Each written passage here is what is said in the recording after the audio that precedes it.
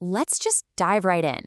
If you've been following modern science, you probably already know that the old biomedical model of pain, that whole idea that pain is just a straightforward, objective signal coming from a broken body part, well, that's completely outdated.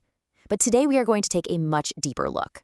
In this explainer, we're unpacking the true nature of pain through what's called a hermeneutic interpretation.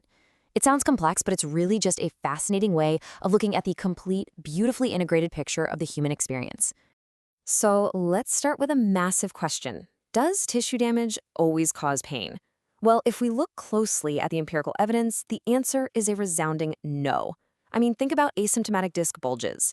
You can put hundreds of completely pain-free people into an MRI machine, and a huge chunk of them will show severe spinal degeneration, yet they feel absolutely nothing, zero pain. And on the flip side, you have the very real phenomenon of phantom limb pain, where someone experiences excruciating pain in a limb that has literally been amputated. There's no tissue there to be damaged, but the pain is immense. That blows my mind every time, because it perfectly captures the giant category error of traditional medicine. There's a brilliant quote that sums this up. Structure doesn't hurt, nervous systems hurt. Claiming that damaged tissue somehow contains pain is literally like saying your television screen contains a news anchor. It just doesn't work that way. Pain is a property of a highly complex, perceiving nervous system, not a localized property of a muscle or a joint. Okay, so this brings us to a crucial distinction we really need to nail down: nociception versus pain.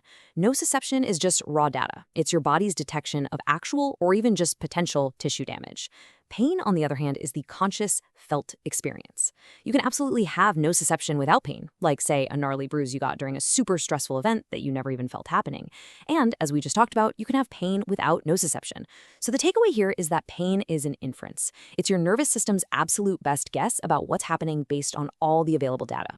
Now that we know the old biomedical model is fundamentally broken, here are the 5 distinct lenses we're going to use today to build a completely new, accurate understanding. 1. The lived experience. 2. Time and taxonomy. 3. The burden of stress. 4. Perceptual inference. And 5. Reclaiming action. All right, let's kick things off with lens number 1, the lived experience, focusing on phenomenology and the biopsychosocial model. In philosophy, there's this really fascinating distinction between the object body and the lived body. Medical science generally tends to treat you as an object body. You're a collection of parts to be measured, scanned, and fixed. But that's not how you experience yourself, right? You experience yourself as a lived body. Think about it. When you reach for a cup of coffee in the morning, you aren't calculating the complex biomechanics of your shoulder joint. You just really want that coffee. But chronic pain shatters this seamless experience. It forces this uncomfortable, constant awareness of your body as an object, acting as this heavy barrier that totally constrains your engagement with the things that actually matter to you. And this is exactly where the biopsychosocial model steps in.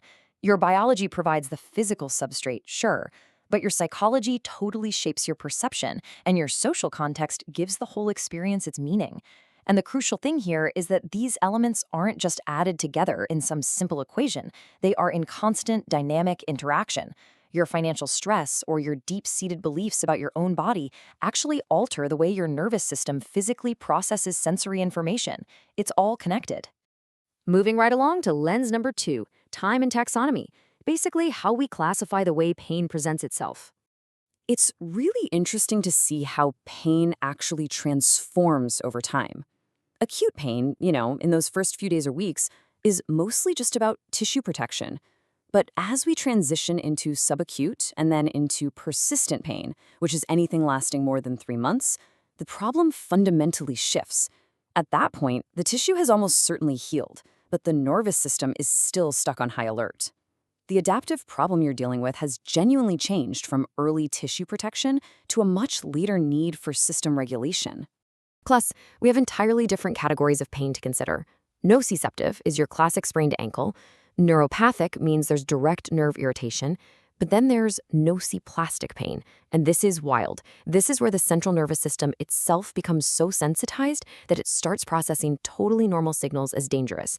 Correctly categorizing this taxonomy is absolutely crucial, because if you treat a highly sensitized nervous system the exact same way you treat a fresh ankle sprain, well, resting might help that fresh sprain, but it often makes the sensitized system so much worse. Which brings us perfectly to lens 3, the burden of stress. Let's look at allostasis and systemic overload. This explains the physiological why behind persistent pain. Most of us know about homeostasis, right? It's your body keeping things steady, like keeping your internal temperature at exactly 37 degrees Celsius. But allostasis is different. It's your body maintaining stability by actively changing its set points based on what it anticipates you're going to need to survive. When your adaptive systems get totally overworked by chronic stress, maybe from poor sleep, anxiety, or past trauma, we start to accumulate what's called an allostatic load.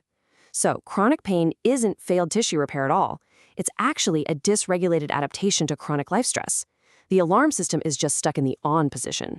Okay, lens 4, perceptual inference. This covers predictive processing and the enactive model. So if there's no actual tissue damage, why does it still hurt so incredibly much? Well, your brain doesn't just passively receive information from the world. It's actually a prediction machine. Step 1, your brain generates a prediction about what's going to happen.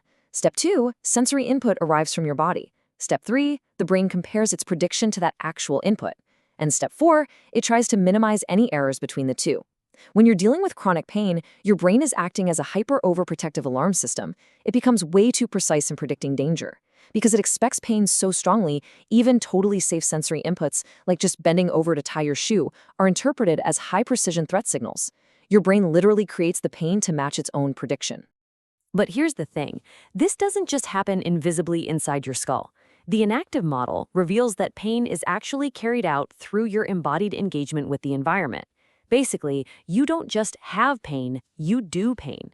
It is enacted through your protective movement patterns, your hypervigilant attention, and your constrained daily habits. Your physical behavior is out there constantly reinforcing your brain's internal prediction of threat.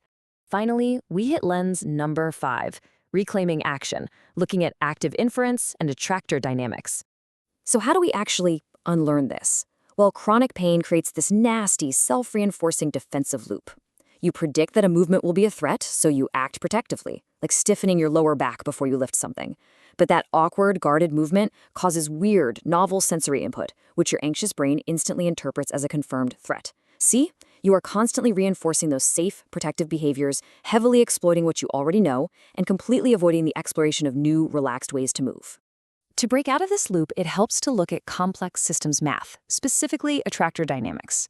Think of acute pain as a shallow basin. It's linear. You stub your toe, it hurts, it heals, the pain is gone. Easy. But chronic pain is a deep basin state. Your nervous system is so heavily sensitized, it's like a steep, slippery bowl. Even a tiny perturbation, a slightly weird movement, or just one night of bad sleep can cause a massive, disproportionate flare-up. The overall sensitized state of your nervous system matters way more than any minor wear and tear happening in your tissues. Because pain is an enacted prediction. The good news is we can absolutely retrain this system.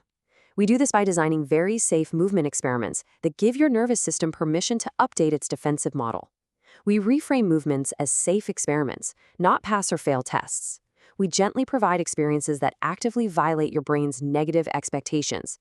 Through graded, careful exposure, we prove to your brain over and over that movement is safe, which lowers that allostatic load and permanently updates your predictive processing.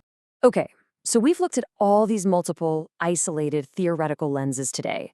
We've talked biology, psychology, predictions, environment. But how do we weave all these moving parts into one unified whole for true recovery? The answer lies in what is known as the hermeneutic circle. It's the recognition that the whole experience of pain gives essential context to the parts, and at the same time, the individual parts build the whole. By integrating all these perspectives, modern rehabilitation completely shifts gears. It moves away from passively trying to fix mechanical parts and instead actively facilitates the recovery of your meaningful agency. We validate your lived, phenomenological experience. We address the full biopsychosocial context of your life.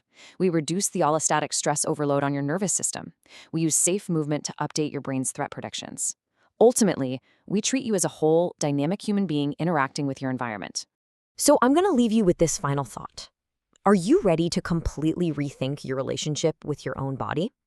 Because if this explainer has shown us anything today, it's that pain is absolutely not a life sentence of brokenness. It's just a wonderfully complex, predictive, protective system. And because it is entirely based on learning, you have the power to recalibrate it. You aren't broken. You might just need a system update. So how are you going to start rewriting your brain's predictions today?